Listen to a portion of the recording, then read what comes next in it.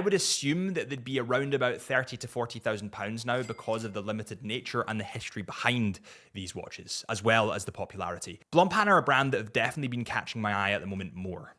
I need to do some more reviews of them. And on that note, it's time for the wrist check. Please let me know what is on your wrist today. Please let me know if you have a vintage watch on. At the moment, I would consider this technically vintage. This is my Tudor Black Bay, and it's the ETA Smiley variant. It's an old boy now, an old stallion. I think I got this in 2016, 17, back when I was young, had a full head of hair.